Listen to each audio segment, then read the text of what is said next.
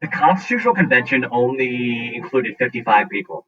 Those 55 people completely designed a new system of government, and they realized that before it went into place, they were going to have to allow more people to have a say.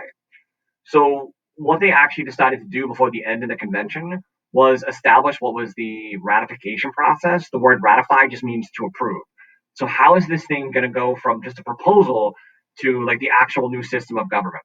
And what they decided the fair way to do this was to send this proposal, the Constitution, to each of the 13 states, and each of the 13 states would have an opportunity to vote on whether or not they wanted to adopt the Constitution. What the founders established at the convention was if 9 out of 13 states agreed, then this would become like the new system of government for the country. In each of the 13 states, prior to them voting, battles developed between two groups. A group that wanted the Constitution to be approved, they were known as the Federalists, and a group that opposed the Constitution and thought it was dangerous and wanted the states to not approve it, and they were called the Anti-Federalists. So we're going to look real quickly at sort of like what the Anti-Federalists and Federalists used in their arguments to support their side. The Anti-Federalists, again, were those that opposed the Constitution. Some of the key Anti-Federalists, people you may have heard of before, Patrick Henry, Richard Henry Lee, these people believed that there were elements of this new proposal that really concerned them. One of the things that bothered them was as they read through this document, they just didn't think that regular people were going to have enough power. In their minds, very little was going to change. You were taking like wealthy British people that were making all the decisions, and essentially now you're just going to swap out them for wealthy Americans that are going to be making 99% of the decisions. That most of the regular people in this country weren't going to have any additional power. They also believed that if you looked at all of human history, there is not one example of an area as large as what the United States was that was trying to pull off a democratic style of government.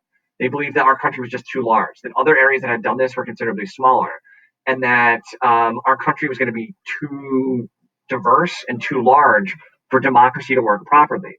It also concerned them that in the original Constitution, there was no Bill of Rights. There was no guarantee of freedom of religion, freedom of press, freedom of really the right to bear arms, trial by jury. None of those things. The first 10 amendments to guarantee basic rights were not part of the original document, and that they thought that was a bad idea for the government not to guarantee those things. So that concerned them.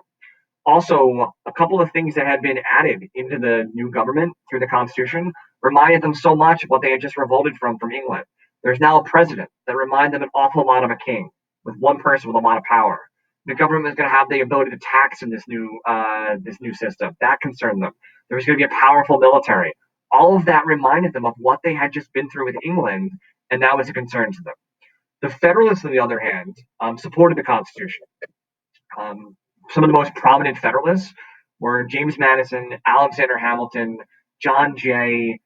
They actually wrote a series of essays, predominantly published in New York newspapers, called the Federalist Papers, that tried to convince people about the benefits of this new Constitution. They wrote the papers, these essays, under the pseudonym or pen name of Publius, who helped to establish a democracy in ancient Rome, like way back in the day. So they thought that was kind of similar to what they were doing. They spend most of their time writing about how all of the ways in which the Constitution was going to fix all of those awful problems that we talked about that existed in the Articles of Confederation system. They believed the Articles of Confederation system was too weak, and that this was going to devise a system of government that was going to fix almost all of those weaknesses we talked about in a previous video.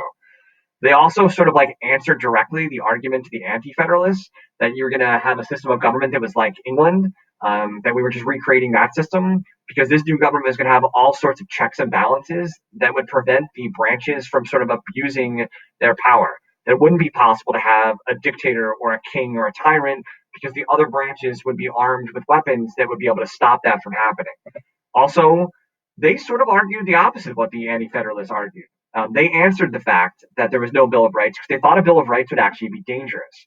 Not that they opposed rights. They thought by listing rights, future generations would think that they were the only rights that people had. So they were a little leery about actually writing down specific rights because they thought that the future governments and generations would interpret that as the only actual rights that people possess.